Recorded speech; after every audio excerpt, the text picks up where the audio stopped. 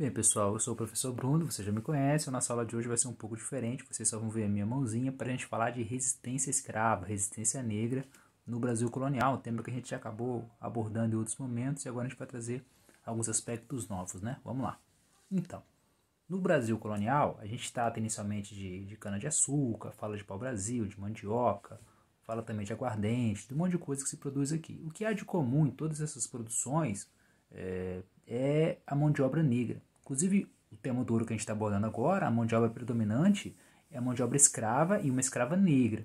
Você pode ter escravos indígenas, mas a mão de obra predominante é de escravidão negra. E se tem escravidão, tem resistência. E a resistência ela pode ser de um modo pacífico ou de um modo violento.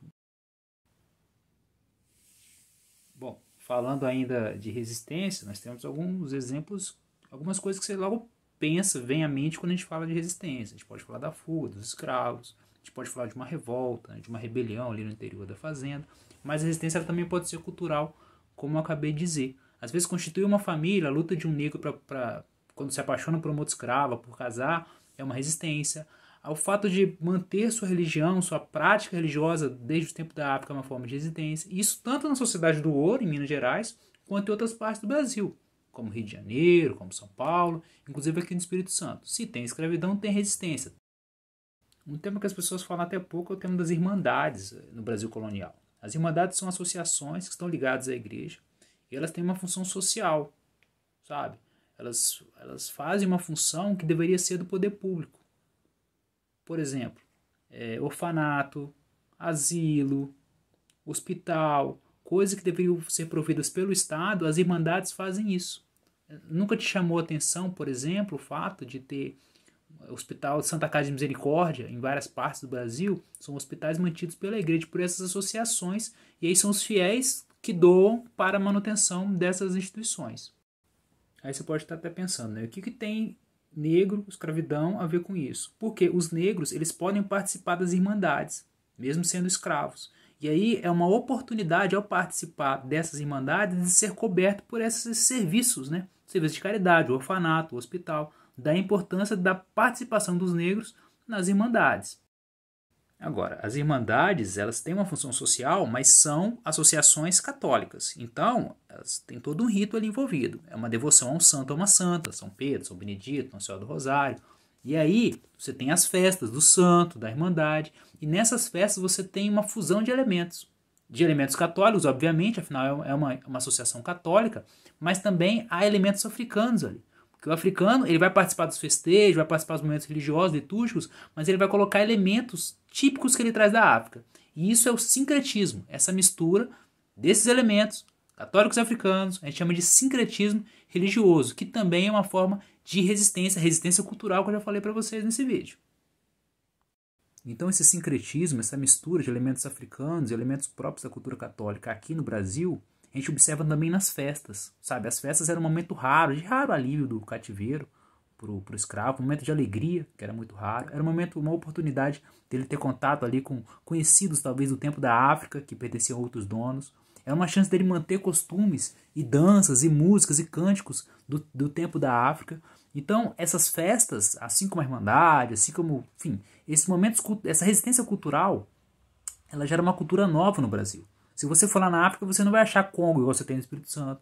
Ou você não vai achar Umbanda, porque isso surge no Brasil. É fruto da fusão de elementos católicos, do ambiente do cativeiro, de elementos que ele traz da África, do contato com o indígena. Então você está criando uma estrutura cultural nova no Brasil. E essa diversidade, que é um ponto forte do Brasil, que é uma coisa que deve nos orgulhar, deve ser também um alvo de reflexão, porque foi tudo gerado no ambiente de violência. Toda essa cultura negra, essa cultura brasileira influenciada pela presença negra, foi uma cultura gerada a partir do ambiente de violência. Os negros faziam isso porque era o que dava para fazer. Então por isso que a gente pensa assim, Dia da Consciência Negra e tal, são dias para comemorar, mas muito mais do que comemorar, a importância desses dias são dias de reflexão, dias de crítica, dia da gente pensar sobre violências antigas, violências históricas seculares que permanecem ainda no nosso ambiente. A própria marginalização da cultura negra hoje, você vê claramente com hip hop, com o funk. Então você nota uma marginalização da cultura negra que é produzida hoje. Imagine como não era lá no período colonial. Então, para que nós tivéssemos essa estrutura cultural hoje, muitos negros tiveram que lutar por isso, então a gente não pode perder isso de vista. É claro que além da resistência cultural, que foi importante, que eu tenho tratado aqui nesse vídeo, havia também uma resistência física, né? Então, o negro destruía ferramentas ou destruía plantações, fugia do cativeiro, fazia rebelião, podia fazer corpo mole, render menos no trabalho. Então, havia estratégias desse negro para resistir também de um modo físico, vamos dizer assim, não só uma resistência cultural. E a principal manifestação dessa resistência prática foi a formação de quilombos. Sabe? Os quilombos, muito claro que vocês já ouviram falar, são povoações lideradas e ocupadas por negros fugidos do cativeiro. Os quilombos geralmente ficavam em locais afastados. E qual a ideia de ficar num lugar afastado? Para se proteger, afinal são fugitivos, são fugindo do sistema, fugindo da escravidão. Mas um ponto interessante é que além de negros, eles podiam abrigar índios ou livres pobres em busca de uma vida melhor. Os quilombos era ocupado pelos chamados quilombolas. O nome dos moradores dos quilombos eram os quilombolas. Esse é o termo que a gente usa. Então, continuando falando de quilombos, o principal dos quilombos foi o quilombo de Palmares, que fica onde hoje é o estado de Alagoas. Na época até pertencia a Pernambuco, mas hoje onde ficava Palmares é o estado de Alagoas. Isso no século XVII, ou seja, nos anos 1600 e alguma coisa, houve uma resistência forte, durante 100 anos Palmares resistiu, e um dos seus principais líderes, o principal líder do quilombo de Palmares foi o Zumbi de Palmares, e dia 20/11 é a data da morte do Zumbi. Por isso, dia 20/11 é o dia da consciência negra, o dia para você refletir sobre essas questões. Não é por acaso, né? O dia da morte de um líder negro é o dia da consciência negra. Então, o dia da consciência negra é dia de reflexão, dia de pensar, enfim, sobre os problemas que afligem a população negra ainda hoje. Bem, os quilombos atuais existem, tá? Mas não são fugitivos. Os quilombos atuais são comunidades ocupadas por negros, descendentes de escravos, inclusive aqui no Espírito Santo, principalmente no norte, São Mateus, que são da Barra. Então são comunidades ocupadas por negros, descendentes de escravos, que foram abandonados aí pelo Estado após a abolição.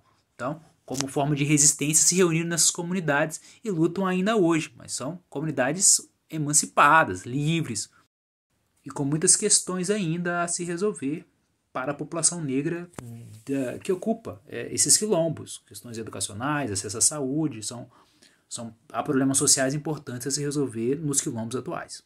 Então essa resistência, que faz parte do nosso passado imperial, passado colonial, enfim, passado escravista, também faz parte do presente, porque você tem manifestações hoje que demonstram quanto foi marcante no nosso passado esse sincretismo religioso, sincretismo cultural. Um exemplo disso são as religiões de matriz africana, como a Umbanda, como o Candomblé, que são marcadamente influenciadas por negros e são importantes para o presente. As próprias práticas de cura, como as benzedeiras, por exemplo, são importantes no presente, são figuras importantes no presente, também tem influência negra. E aí, tanto na questão das benzedeiras como na Umbanda, nós notamos aí um forte sincretismo entre elementos africanos e elementos católicos.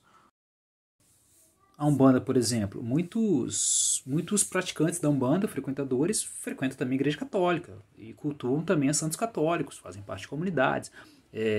As benzedeiras eram vistas como bruxas, eram vistas como bruxaria, era visto como uma heresia lá atrás, e com o tempo foi incorporado na cultura brasileira, de modo que a pessoa é benzedeira e católica. Então há um claro sincretismo, uma clara mistura desses elementos na cultura brasileira, o que demonstra que há religiões específicas do Brasil de matriz africana, que são exclusivas daqui, como a Umbanda, como o Candomblé, assim como o catolicismo daqui também é influenciado por essa presença negra. Isso que é mais interessante de observar. E a grande questão é que os adeptos dessas religiões e práticas de matriz africana sofrem muito preconceito ainda hoje. Então as pessoas às vezes frequentam um centro espírita, um centro de Umbanda, mas escondem, ou às vezes, se perguntados, fala que não, eu sou católico, sabe? Como uma forma como se fosse ter uma aceitação maior da comunidade, da sociedade. Você pode até pensar, não, mas a minha família é espírita, nós não pensamos assim. Sim, eu não estou falando que todo mundo pensa assim, mas em grande parte, em muitas comunidades, as pessoas, em busca de uma aceitação, enfim, e por sofrerem preconceito, que sofrem ainda em pleno século XXI, as pessoas acabam mantendo um pouco em secreto as suas crenças africanas, o fato de frequentar casas, centros de religião de matriz africana. Agora, esse sincretismo ele gerou manifestações culturais também específicas do Brasil, interessantes, importantes da atualidade, fruto desse contato entre elementos africanos e elementos católicos, enfim, da estrutura colonial aqui do Brasil. Bom, nesse sentido a gente pode falar das congadas, que existem em várias partes do Brasil, Minas Gerais, São Paulo. Tem o ticumbi, que você encontra aqui no Espírito Santo, mais ao norte, lá em Conceição da Barra. Tem o Congo, e o Congo aí ele localiza-se mais na Grande Vitória, também Aracruz, Guarapari, você vê bandas de Congo, que é específico do Espírito Santo, as bandas de Congo. Tem o jongo também no norte, tem São Mateus, Conceição da Barra, Linhares. Tem o caxambu, que você encontra em Cachoeiro, Presidente Kennedy. Todos, o que é em comum entre eles é a linguagem do tambor. Tambor significa... o nome Congo, para essas culturas, para essas manifestações de cultura negra, o nome Congo representa tambor. Então, as bandas de Congo são bandas de tambor. Isso é até engraçado, porque as pessoas, quando pensam nas bandas de Congo do Espírito Santo, pensam na casaca, que é um elemento importante. Mas o que dá identidade às bandas de Congo não é a casaca, é o tambor. Inclusive, há alguns anos atrás, nem todas as bandas de Congo do Espírito Santo tinham casaca, mas tinham tambor. Então, a linguagem... Aliás, vou abrir um parênteses aqui, né? A linguagem do tambor. A linguagem do tambor é o quê? É o conjunto dessas manifestações de matriz africana, de cultura africana, que existe hoje no Brasil, que tem o tambor como elemento principal. Tambor aí que, entre os brincantes, entre as pessoas que participam dessas manifestações, é chamado de Congo. Bem, só para diferenciar que congada é uma coisa e as bandas de Congo são outra coisa, as congadas são encenações. São encenações que remetem a lembranças da África. Por exemplo, a coroação de um rei negro, que é o chamado de Rei Congo, a encenação da luta do bem contra o mal, da luta contra o inimigo. Então são encenações, são espécies de teatros as congadas. O Congo do Espírito Santo, as bandas de Congo do Espírito Santo, elas não fazem uma encenação, são cortejos em devoção a um santo. Então é uma festa negra com a participação importante de elementos negros, do tambor. São bandas predominantemente negras, mas com uma forte devoção católica. Então a banda de Congo do Espírito Santo é o retrato do sincretismo, da mescla cultural existente no Brasil. O ticumbi, que tem Conceição da Barra, já seria uma congada. Por quê? Porque o ticumbi é uma encenação. Encena um momento específico que remete ao passado africano. Enquanto as bandas de Congo, elas fazem um cortejo em devoção a um santo. Então, pessoal, eu falei que nem ia aparecer hoje, mas tem que fazer um fechamento para o vídeo, né? Quando a gente traz uma discussão como essa, demonstrando que o negro, dentro do ambiente ruim, que era o ambiente da escravidão, o ambiente do cativeiro, de sofrimento, de violência, enfim, de ser tratado como uma mercadoria, como um animal, mesmo nesse espaço problemático, o negro conseguiu brechas para tentar viver a sua vida, tentar manter a esperança de uma amanhã melhor.